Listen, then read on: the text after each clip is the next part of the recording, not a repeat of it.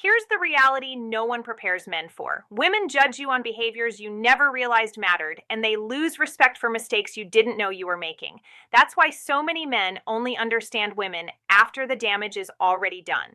Today, I'm giving you the chance to get ahead by breaking down the 10 harshest truths about women that you were never taught. These truths reveal why she respects one man but not another, why she feels safe with some and guarded with others, and why she stays or why she leaves. If you're tired of repeating the same painful relationship patterns, pay attention. This is where everything starts to change. Before we move forward, I want you to pause and ask yourself something. How many times have you blamed yourself for a relationship falling apart without truly understanding what was happening beneath the surface? How many times did you think effort, patience, or loyalty would fix everything, only to end up feeling lost and questioning your worth? If those moments sound familiar, it's time to look at women through a different lens. Like this video and subscribe before we continue. And once these truths unfold, you'll understand why your past relationships played out the way they did. Let's begin. Number 1, you will be used for what you lead with. You will be used for what you lead with. And most men never realize they set the entire tone of the relationship the moment they show up. When a woman meets you, she isn't just listening to what you say. She's reading the signals you broadcast without even noticing. If the first thing you showcase is money, status, or lifestyle, she will naturally categorize you as a man whose value is measured in what he can provide. If you lead with excessive friendliness, instant availability, or overeagerness, she'll file you under easy to influence. And if you hide your real identity behind surface-level gestures, she won't see the man. She'll only see the benefits. This isn't malice, it's pattern recognition. Women scan for strength, confidence, emotional steadiness, and direction, the same way men instinctively read physical indicators of attraction. The problem is that men often advertise the wrong version of themselves. I've seen it countless times. A man spends the first few weeks flashing luxury dinners, spontaneous gifts, and weekend trips, and then complains that she only cared about what he gave her. But that's the frame he built from day one. She didn't use you. You marketed yourself as a walking wallet. If you want a different outcome, you have to lead with a different message. Show your boundaries. Show your focus. Show your values and your sense of direction. Show the parts of you that can't be purchased, imitated, or manipulated. And do not reveal your finances or overinvest before a genuine commitment exists. When you control the frame, you control how the connection forms and how she perceives you from the very beginning. Number 2, a woman will run over you if you let her. A woman rarely wants to take control of a relationship, but she will step into that position the moment you step out of it. When a man is afraid of losing a woman, he starts negotiating with his own strength. He softens his voice, suppresses his opinions, avoids confrontation, and convinces himself that keeping the peace is the same as keeping the relationship. But to a woman, that behavior doesn't feel like love. It feels like instability, the kind that forces her into a role she never wanted. Women are wired to seek certainty, not domination, certainty. And when you consistently back down, she doesn't relax around you. She compensates for you. She becomes sharper, more controlling, more reactive. Not because she enjoys power, but because your absence of leadership makes her feel unprotected. I've watched this dynamic play out too many times. A man who thinks being easygoing is attractive, while the woman next to him loses respect every time he refuses to stand his ground. If you don't lead, she has to, and she'll resent you for it. Respect and femininity collapse the moment she feels she must take charge to survive the emotional chaos you're too afraid to handle. And the tragedy is this: men who fear losing a woman almost always lose her because of that fear. You don't need to raise your voice, demand authority, or prove dominance. You simply need to hold your ground. Say no with a calm tone.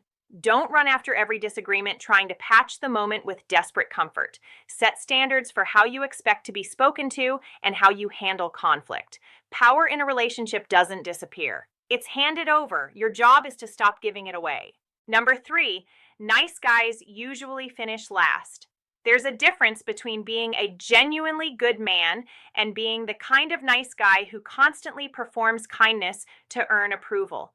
One is rooted in strength, the other is rooted in fear. And women feel that difference instantly. A good man has a backbone, a direction, and a sense of self. A nice guy has none of that. He just has a collection of soft behaviors he hopes will compensate for the identity he never built. Women aren't repelled by kindness, they're repelled by the insecurity behind it. When a man is overly eager to please, overly available, or overly accommodating, a woman doesn't see him as generous. She sees him as dependent on her reaction for his sense of worth. And nothing kills feminine attraction faster than a man who needs her approval more than he needs his own integrity. There's a familiar pattern here. A man who cancels his plans for her, agrees with everything she says, hides his frustrations, and tries to keep the vibe positive. Meanwhile, she slowly withdraws, becomes colder, and starts questioning why she feels nothing. He confuses peacekeeping with connection, but she feels the truth. He's performing for her affection, not standing in his reality. Being nice doesn't make you attractive. Being a man with standards does.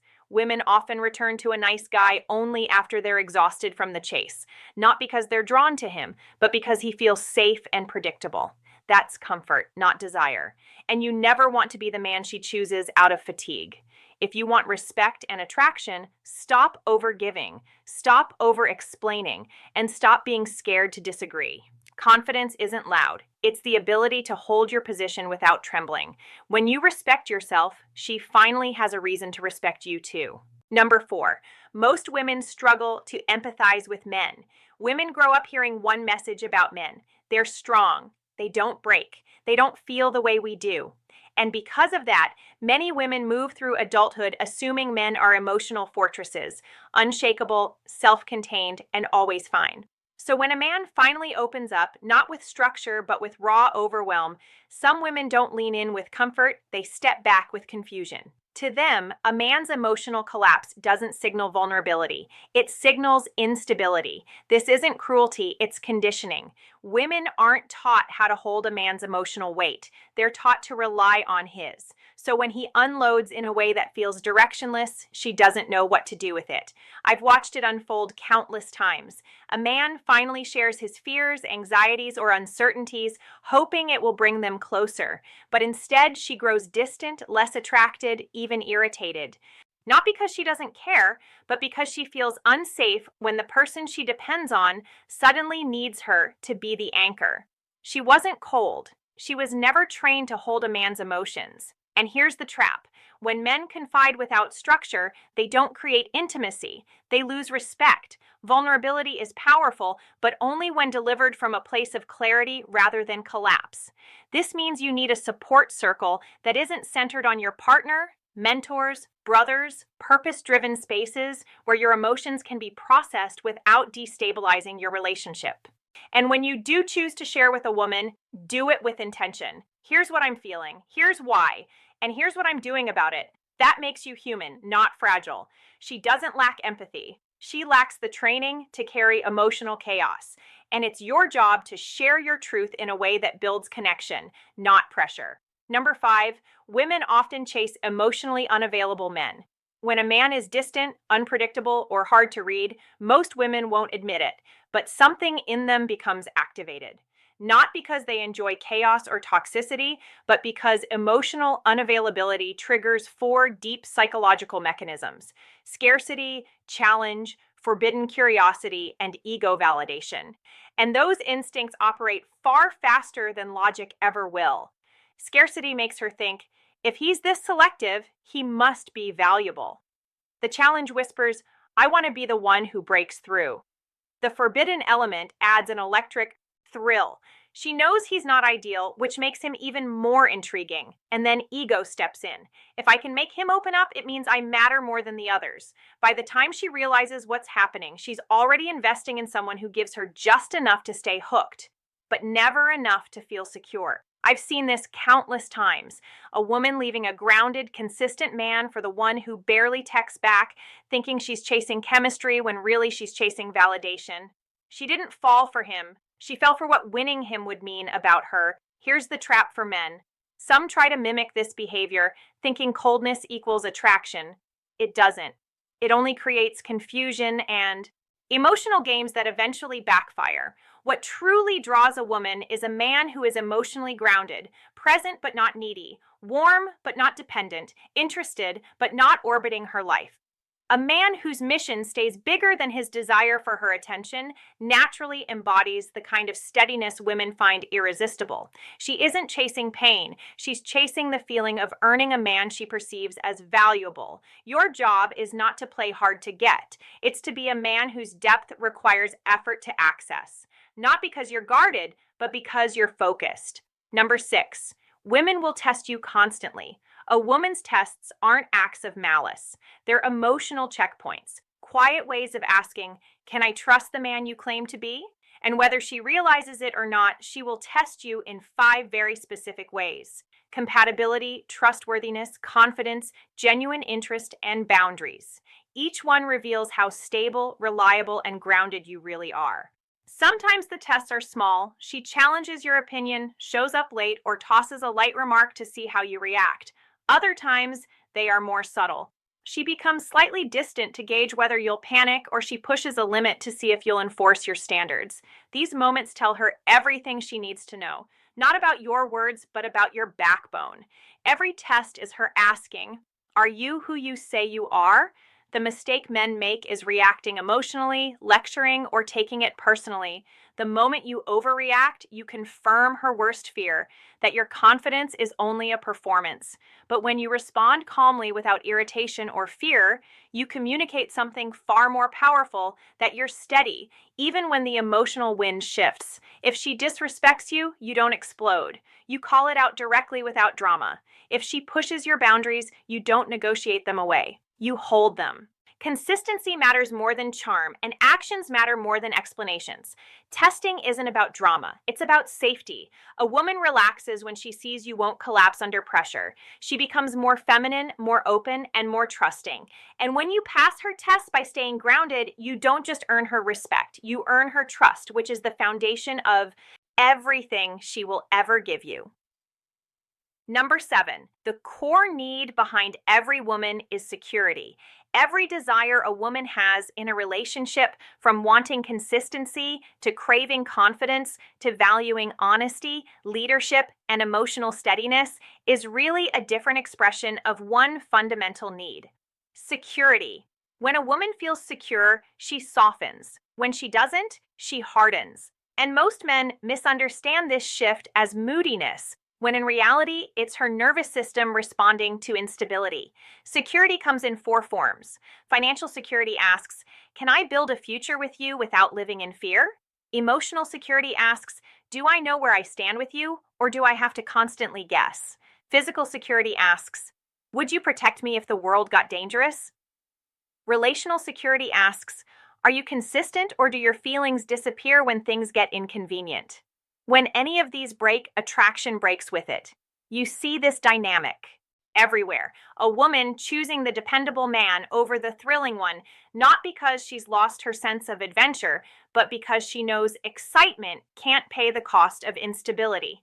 I've watched women walk away from men they deeply cared for simply because the relationship felt unpredictable. And I've watched them stay with men they didn't fully love because stability felt safer than passion. She can survive without excitement. She cannot survive without security. But here's where men go wrong: trying to buy security with money, gifts, or availability. Security isn't a performance. It's who you become through discipline, purpose, and self-respect. You create security by keeping your word, managing your emotions, and living by a clear internal compass. A woman exhales around a man who's grounded, and whether she admits it or not, that breath, that sense of safety, is what her heart listens to first. Number 8, her physical desirability is her greatest vulnerability. From the time she's a little girl, the world tells her exactly what her value should be tied to: her appearance. Before she even develops a sense of self, she hears the same script. You're so pretty. Look at that hair. You're such a beautiful girl. It becomes the first identity she is handed. And when a woman grows up being rewarded for her looks, desired for her looks, and compared for her looks, it's no surprise that her confidence becomes anchored to how attractive she feels. That's why physical desirability isn't just a priority for women. It's one of their deepest vulnerabilities. When she feels beautiful, she feels powerful. When she doesn't, insecurity takes over. I've seen women spiral because of a single unflattering photo or crumble under the pressure of constant online comparison. And I've seen men confused, wondering why reassurance never seems to be enough. Her confidence sits in the mirror, not in her mind. This identity wound pushes many women to use beauty as currency, posting curated pictures, relying on filters, dressing for attention, or obsessing over external validation. It's not vanity, it's survival within a system that taught her being desired is her first job. Your role is not to weaponize this vulnerability or inflate it artificially. It's to understand it, complement her femininity, her softness, her character, not just her body, and at the same time recognize when a woman is so dependent on her sexual desirability that she uses it to manipulate attention, affection, or power.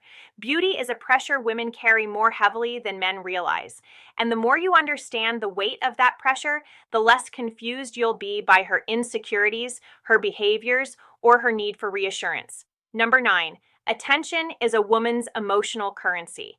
In a world that constantly evaluates women through the lens of visibility, likes, comments, stares, messages, and digital affirmation, attention becomes more than a momentary boost.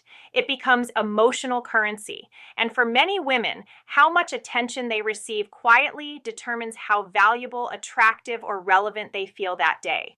This is why you'll see two versions of the same behavior: the woman who subtly seeks validation and the woman who openly chases it. One posts a casual workout clip that's clearly staged to highlight her figure. Another shares selfies disguised as random snapshots. Some do it consciously, others do it without realizing why, but the pattern is the same. External affirmation fills the emotional space where internal certainty is missing. When she can't feel enough inside, she hunts attention outside. This doesn't make her shallow. It makes her human within a system that conditions women to equate visibility with value.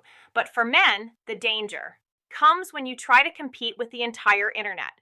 You can never outlike, outcomment, or outvalidate the world. And you shouldn't try, because the moment you start chasing her attention-seeking behavior with your own over-attention, you reduce yourself to another fan swimming in the same pool as strangers.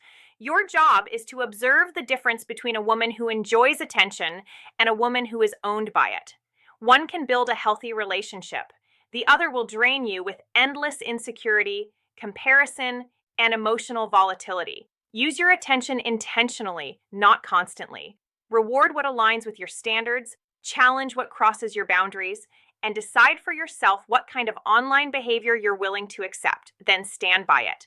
Attention isn't the problem. Dependence on attention is, and learning that distinction will save you from women who can't stay grounded without a spotlight. Number 10, she usually won't match your sex drive. At the beginning of a relationship, desire feels effortless. The chemistry is new, the curiosity is high, and both of you are flooded with the thrill of discovery. But as the relationship settles, reality steps in. And for most women, desire isn't a constant flame. It's a reflection of safety, emotional climate, and the pressure she carries in her daily life. Men often misinterpret this shift as rejection, when in truth, it's biology and psychology operating exactly as designed. Women experience intimacy differently. Their bodies respond to stress, emotional tension, and uncertainty far more dramatically. If her mind doesn't feel safe, her body won't either. I've seen countless situations where a woman's drive dropped, not because she stopped loving the man, but because the relationship felt unstable, or because she was overwhelmed, exhausted, or emotionally disconnected. If she doesn't feel safe, her desire shuts down before her words do. This is where many men fall into the wrong strategy. Trying harder, asking more, or using affection as a negotiation tool. But pressure doesn't create connection, it destroys it. The way forward is to shift your focus from frequency to environment. Build emotional stability. Communicate without defensiveness. Handle conflict without escalation. Lead with presence, not demand. And if there's a lasting mismatch in desire, the solution isn't resentment or silence. It's an honest conversation about expectations, needs, and compatibility done without blame. Sometimes alignment requires effort. Sometimes it reveals deeper imbalance. Either way, approaching it with grounded clarity creates far better outcomes than pushing, pleading, or withdrawing. Sex is not the glue of a relationship. It's the expression of a connection that already feels safe, steady, and emotionally open. Take care of the foundation, and desire has room to breathe again. When you step back and look at these 10 truths as a whole, a different picture starts to form. One that has nothing to do with women being cruel, confusing, or impossible to understand. What you're really seeing is a set of emotional patterns shaped by biology, conditioning, and survival instincts. Patterns that most men never learn to read until they've already lost years of their life, their confidence, or their sense of self trying to navigate relationships blind. Women respond to leadership, security, and confidence because those qualities signal stability. They relax when they sense direction. They trust when your actions match your words, and they open their hearts. When your presence communicates strength instead of neediness, but they collapse under uncertainty, inconsistency, emotional volatility, or a man who abandons himself for approval. Not because they want perfection, but because their nervous system simply can't rest around instability. You don't lose in love because women are complicated. You lose because no one taught you the rules. The truth is this: you cannot change how women fundamentally operate, but you can change how you show up. You can raise your standards, sharpen your emotional awareness, and stop tolerating behavior that drains you. You can choose women who choose you back, not because they're desperate or tired, but because they see your value clearly. And most importantly, you can build the kind of inner stability that makes you unshakable, regardless of who walks into or out of your life. If this opened your eyes, subscribe. If you want men to stop repeating the same emotional mistakes, share it. And tell me in the comments which truth finally made things make sense. Because at the end of the day, you have two choices: learn these truths now or learn them again through heartbreak.